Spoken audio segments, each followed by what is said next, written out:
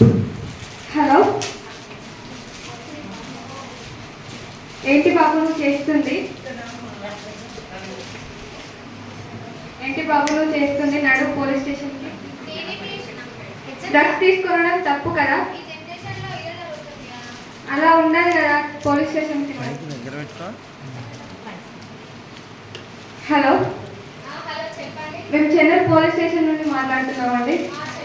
మీ అబ్బాయి డ్రగ్స్ తీసుకుంటూ దొరికిపోయాడు. తీసుకోక దొరికిపోయాడు. రండి.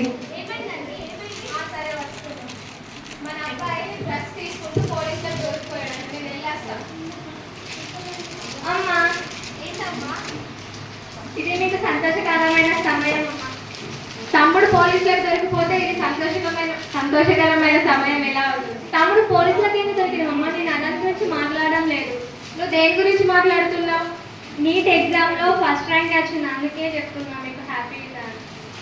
అయినా నువ్వు నీట్ ఎంట్రన్స్కి ఎప్పుడు అప్లై చేసినావు నాకు తెలియకుండా? మీరు ఉండండి, ఫస్ట్ మన బాబు మ్యాటర్ చూడండి. ఎప్పటికీ మన అమ్మాయిని అంటారు.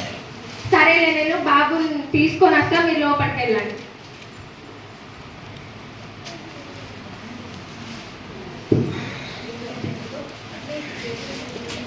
మధ్యలోకి రా. బాబు తండ్రి మీరేనా? మేము. ఏమైందండి? మీ బాబు డ్రగ్స్ తీసుకుంటూ దొరికిపోయారు. మా బాబుని ఒకసారి ఏమైంది? అసలు ఏం చేసినవురా? ఎందుకని అంత ఏంటి అసలు? అవన్నీ ఏంటి? అసలు ఏమైంది? అది అంత ఏంటి? పిచ్చి పిచ్చి కథలు పడతాను. నువ్వు బయటకు వెళ్ళి చదువుకోవాలి మంచిగా. నా పరువు తీసినావు నువ్వు ఊర్లో. మీరు ఈ ఒక్కసారి వదిలేయండి సార్. ఒక్కసారి అంటే అందరు ఇలానే తయారవుతారు కదా సార్. ఏం చేయాలి సార్ ఇప్పుడు? ఏం లేదు బాబు, ఇంకొకసారి ఇలా జరగకుండా చూసుకోండి. సరే.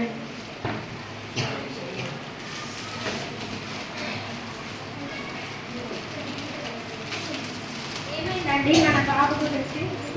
వాళ్ళు తీసుకొని వెళ్ళమన్నారు. నేను కాలేజ్లో చేర్పించాను.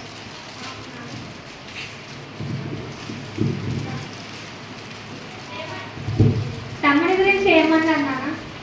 అయినా అవ్వని నీకెందుకు అలా అంటున్నారేంటి నాన్న? వాడు నా పరువు తీశాడు. అంత డ్రగ్స్కి అలవాటై ఊళ్ళో నా పరువు మొత్తం పోయింది. పోనీలే, వదిలేయండి. చూసారా, మీరు అబ్బాయి అని వెంకేసుకు వచ్చారు. ఇప్పుడు మన అమ్మాయి మన పరువు నిలబెట్టింది. వాడు చూసారు ఎంత పెద్ద పని చేశారు. నేను కూడా అదే ఆలోచిస్తున్నా. నేను చదివిపోయినా నువ్వు ఇంత మంచిగా చదువుకొని నా పరువు నిలబెట్టినావు.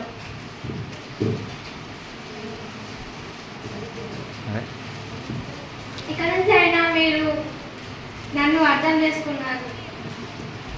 నేను ఇప్పటి నుండి నేను అర్థం చేసుకొని నీకేం కావాలంటే నీకు అంబిషన్ ఏదైనా నేను దాన్ని తీరుస్తాను. నీకు ఎంత డబ్బు పెట్టైనా నిన్ను మంచిగా చదివిపిస్తాను తల్లి. నువ్వు మంచిగా చదువుకో, అది చాలు. అలాగే నాన్న, నువ్వు కాలేజీకి టైం అవుతుందిగా, కాలేజీకి వెళ్ళు. ఓకే నాన్న, థ్యాంక్ యూ.